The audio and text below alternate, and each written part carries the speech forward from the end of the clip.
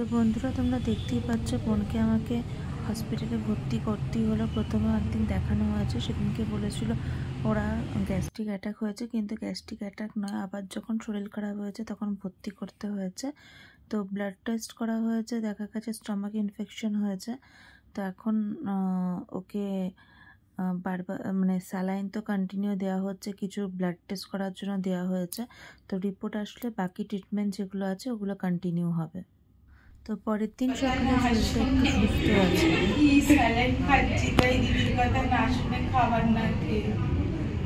বল দিদি যা খেতে দিত সেগুলো না খেয়ে, সব নাক সিটকে সিটকে আমার আজকে স্যালাইন চলছে।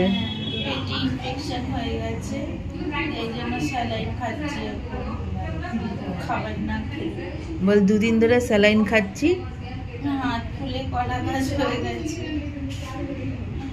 এবার থেকে শুনবি। এই ভিডিওটা আমি রেখে দেবো, কারণ তোর তো ভরসা নেই, তুই আবার সুস্থ হলেই পাল্টি খাবি।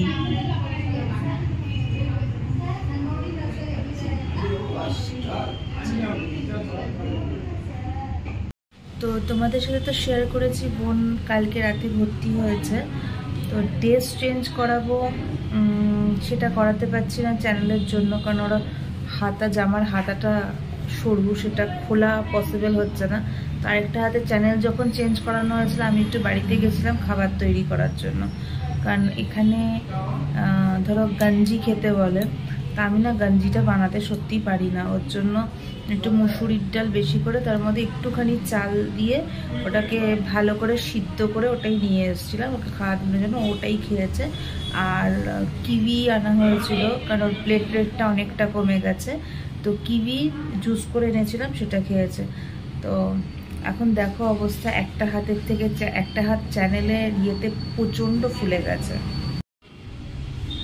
আগে ছিল ওই হাতে, ওদিকের হাতে চ্যানেলটা ছিল, এখন ওই চ্যানেলটা বাদ দিয়ে আবার এই হাতে করেছে। আর বেল একটা দিয়ে গেছে, কারণ যেহেতু আমি ছিলাম না আর ওর নিচে আছে, তো নিচে এখানে এই ঘরটাতে সুইচটা নেই। এমন করে দেখো শুয়ে আছে এখন। অল আউট দিয়া বাবু, অল আউট বাড়ালি না। আর এখানে মশা তো না সাংঘাতিক, কালকে ভর্তি হব কোনো রকম, এরকম তো ডিসাইড করে আসিনি বা ভেবেও আসিনি ভর্তি হতে হবে।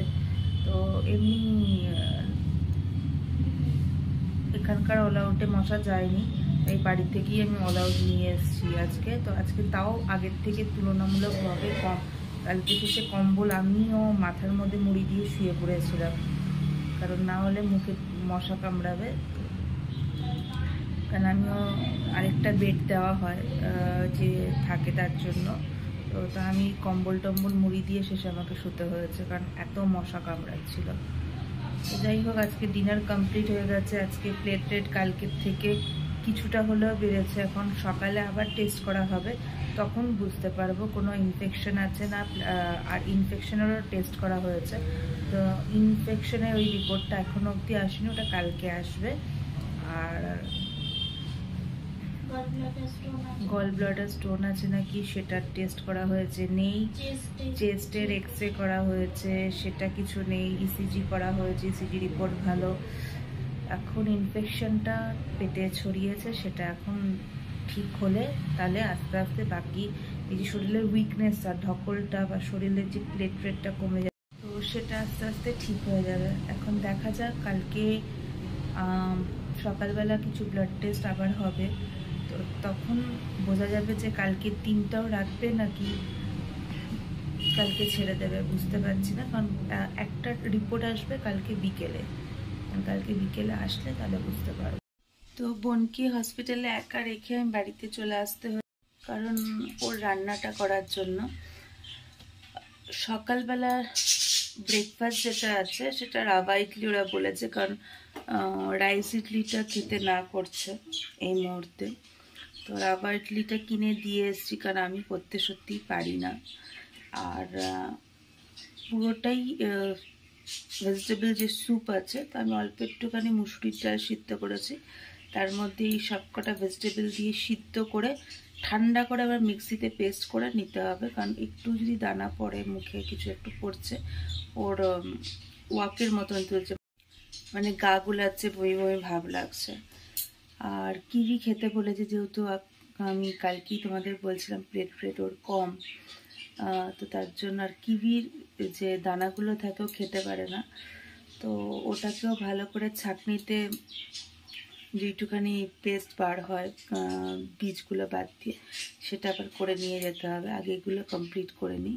তো মুসুরির ডাল তো সিদ্ধ দিয়ে দিয়েছি, তার সাথে পালং শাক নিয়েছি, একটু কুমড়ো, একটু ক্যাপসিকাম, গাজর, বেবিকর্ন, একটা টমেটো নিয়ে নিয়েছি। কারণ পেঁয়াজ রসুন কিচ্ছু দিতে পারবো না, সুতরাং ওগুলো আমি দিয়েও নি কিছু। তো এগুলো একটু বড় বড় গোটা গোটা করেই দিয়েছি, তার কারণ হচ্ছে সেগুলো তো সিদ্ধ করে আবার পুরো পেস্ট করে তারপর ছাঁকনিতে ছেঁকে নিয়ে যেতে হবে। তো বড় করে দিলেও তো অসুবিধা নেই, সেহেতু মিক্সিতে পেস্ট করতেই হবে। তো চলো তাড়াতাড়ি করে নিই, কারণ ও হসপিটালে একা আছে। তাড়াতাড়ি তৈরি করে আবার আমি যাব হসপিটালে দেখতে। মানে আবার একটু পরে আসবো, ঘন্টা 2 পরে আবার আসবো। ততক্ষণ এগুলো ঠান্ডা হয়ে যাবে, আবার মিক্সিতে পেস্ট করে তারপর আবার নিয়ে যাব। চলো আগে তাড়াতাড়ি কাজগুলো করে নিই। তো আজকে 3য় দিন, উনি আরামসে এখন ঘুমানোর প্রস্তুতি নিচ্ছে, কারণ ব্রেকফাস্ট হয়ে গেছে। আমি তোমাদের বলছিলামই যে কিবিটা যে দানাগুলো বার করে একদম পেস্ট করে ওটাকে আনতে হয়েছে, যাতে দানা আর মুখে না পড়ে। তা এখন না খেয়ে শুধু রাভা ইডলি খেয়ে উনি এখন ঘুমানোর প্রস্থানে যাচ্ছেন। আমার বোন আর বরের কিন্তু একটা গুণ আছে, শরীর খারাপ হলে ওরা কিচ্ছু জানে না। মানে ভিজা বিড়ালের মনে হয় 2nd ভার্সন ওরা। মানে কিছু বুঝবে না, কিছু জানে না। খিদে পাচ্ছে, কি জানি, শরীর ভাল লাগছে, হ্যাঁ মনে হচ্ছে। আর যখন ঠিক থাকবে বাড়িতে মনে হয় মানে 2-3টে ছাড়া দানব যদি ছেড়ে দিলে যেরকম হয়, এরা এক একজন একাই। ইয়েতে তো দেখেছি, টিভিতে তো দেখেছি, কিংবা মোবাইলেও তো মাঝে মাঝে কোনো যদি মুভি দেখতে যাই বা কিছু দেখতে যাই দেখা যায়। তো এগুলো হচ্ছে সেই রকম, মনে হচ্ছে বাড়িতে তাণ্ডব করছে, তাণ্ডব। আর এখন দেখো মনে হচ্ছে যাই বলে চুপ করে শুনে, একটু ভালোটা হোক শরীর, তারপরে এদের তাণ্ডবটা বোঝা যাবে। তো এই রুমটাতে তো উনি একাই আছেন, কারণ অন্য কারোর সাথে ওনাকে রাখা পসিবল নয়। কারণ কোনো রকম স্মেল পর্যন্ত সহ্য করতে পারছে না সে, ধূপকাঠি স্মেল হোক, ডিও স্মেল হোক বা যাই হোক। আমি মুখে একটু এলাচ দিয়েছিলাম, সেটাও ওনার সহ্য হচ্ছে না গন্ধ। তো তার জন্য আমার ডিও তো বাদ, সে গায়ে গন্ধ বেরোচ্ছে বেরো, তাতে কোনো যায় আসে না, সেইটা শুকে নেবে, কিন্তু অন্য কোনো গন্ধ সহ্য করতে পারছে না। দেখা যাক, আজকে প্লেট যেটা কালকের তুলনায় তো একটু বেড়েছে, একটু অনেকটাই বেড়েছে। এবার ইভিনিংয়ে আরেকবার টেস্ট হবে, তখন দেখে তারপর ডাক্তার বলবে আজকে বাড়ি যেতে পারবে কি পারবে না, দেখা যাক কি হয়। এখন বোনকে এটা লাঞ্চে খাওয়াচ্ছি।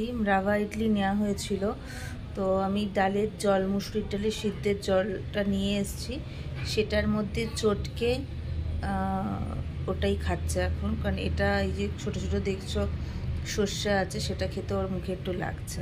তো বাড়িতে এমনি স্যুপ করা হয়েছিল, তোমাদের তো দেখালাম, কিন্তু ও বললো না ইডলিটাই খাবো, বিকেলবেলা গিয়ে তাহলে আমি স্যুপ নিয়ে আসবো, তখন ওটা খেয়ে নেবে।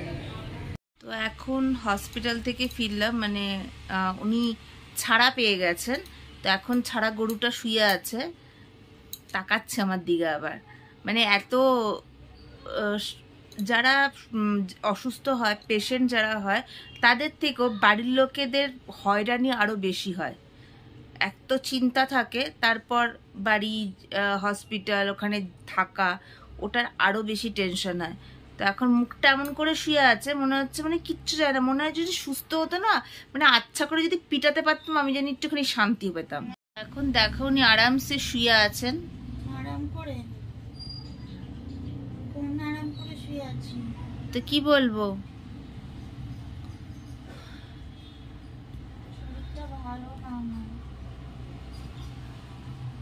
দেখি মুখটা দেখি এবার যেগুলো ডাক্তারের কাছে শুনলি তো, যেগুলো আমি খেতে বলেছিলাম ওগুলোই খেতে বললো কি বললো না সেটা বল, উত্তর দে এবার। না এগুলো না এগুলো রেকর্ডেড থাক, কারণ তোকে আমি বিশ্বাস করি না, তুই আর আমার বর আমি দুজনকেই বিশ্বাস করি না এই ব্যাপারে। কারণ এখন চুপচাপ করে ভিজে বিড়ালের মতন বলবি, পরে আবার ঠিক চেঞ্জ হয়ে যাবি তোরা। তুই তো ভিজে বিড়াল পুষে পুষে অভ্যস্ত। পেট হচ্ছে কেন ওরকম? ডাক্তার বলেছে তো আমি যেগুলো খাওয়ার কথা বলি সেগুলো মুখে বল, ভাববি মাথাটা এমনি নাড়িয়েছি। এবার ওগুলো খাবি। তার কারণ বোনের বিশ্বাস নেই, তো তোমরা তো আছো, তোমরাও দেখতে পারবে ও কি খাওয়া দাওয়া করে কি না করে। কারণ আমি আমার খাওয়াটা আমি আমার মতন করে নিই, যেটা আমার খেতে ভালো লাগে, তো ওর সেগুলো পছন্দ নয়। তা এখন বুঝতে পারছে যে কতটা প্রবলেম ফেস করেছে, তো তার জন্য এখন আমার রুটিনেই সেই ফিরছে। এক্ষুনি শুরু হয়ে গেল, হয়তো তোমরা সাইড থেকে সাউন্ডও শুনতে পাচ্ছ, ফিরছে। বেশি কথা বলেছি, ফিরছেও বলেছিস না, কারণ মানে একটু সুস্থ একটুখানি হবে ঠিক আবার ল্যাসটা আবার নাড়াচাড়া শুরু করে দেবে। তো যাই হোক, ও যতই যা ঝামেলা করুক না করো, তোমরাও আছো, তোমরাও তো দেখতে পারবে। তো কারণ আমি ভিডিওতে তো দেখাবোই কি ওকে খাওয়ানো হচ্ছে কি না হচ্ছে। তো আজকে তো তোমরা দেখেছো যে ডাল সব সবজি দিয়ে ওটাকেই সিটি দিয়ে ওটাকে আবার পেস্ট করে চালনিতে ছেঁকে মানে ছাঁকনিতে ছেঁকে তারপর গরম করে ওকে খাওয়ানো হবে। ইভেন আমিও ওটাই খাই, মানে ওটা খেতে আমার মানে সত্যি কথা বলতে ভালোবাসি আমি।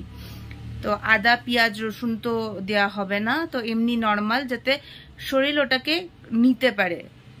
তো এই খাবারটাই ওকে এখন কন্টিনিউ করতে হবে। ফল খেতে হবে, মানে বেদানা আর বাকি যেগুলো বলেছে আপেল, ফল আপেল বলেনি, পেঁপে বলেছে। তো হ্যাঁ, এটা একটা জিনিস সত্যি খুব ভালো যে আমার বোন পেঁপে খাওয়া শিখে গেছে, পাকা পেঁপে। একটা সময় এমন হতো আমি আর আমার হাজবেন্ড পাকা পেঁপে খেতে খুব ভালোই বাসি সত্যি কথা বলতে। তো রাত্রিবেলা কখনো ডিনারের সময় মানে ডিনারটা আমরা হয়তো একটা বড় পেঁপে কাটলাম, আমি আর মিঠুন খেয়ে নিলাম। তো বোনের জন্য করতে হতো কি, দরজা লক করে দিতে হতো, ভেতরে ঘরের দরজাটা, যাতে ও স্মেলটা পর্যন্ত না পায়। মানে ওর এত প্রবলেম ছিল পাকা পেঁপের গন্ধতে। তো এখন উনি ওটা খেতে শিখে গেছে বলে আমার বাঁচোয়া। কিন্তু এই কিবি আমাকে এখনো ওই চালনিতে মানে ছাঁকনির মধ্যে ছেঁকে ভালো করে ওনাকে দিতে হবে। তো আজকের এই ভিডিওটা আমি এখানেই শেষ করছি, কারণ বোন এসেছে হসপিটাল থেকে, এখন ডিনারটা করে ও একটুখানি বিশ্রাম করবে। তোমাদের সাথে দেখা হচ্ছে অন্য কোনো ভিডিওতে। আর তোমাদের অন্তত অবশ্যই কেউ না কেউ তো প্রে করেছোই আমাদের জন্য, না হলে বোন এত তাড়াতাড়ি সুস্থ হতো না। কোনো কন্ডিশন যখন নিয়ে গেছিলো খুবই খারাপের দিকে ছিল, ইনফেকশনটা অনেকটা ছড়িয়েছিল, প্লেটলেট খুব কমে গেছিলো। তো বাকি আরো একটুখানি প্রে করো যাতে আরেকটু তাড়াতাড়ি সুস্থ হয়ে যায়। চলো আজকের মতন টাটা, গুড নাইট।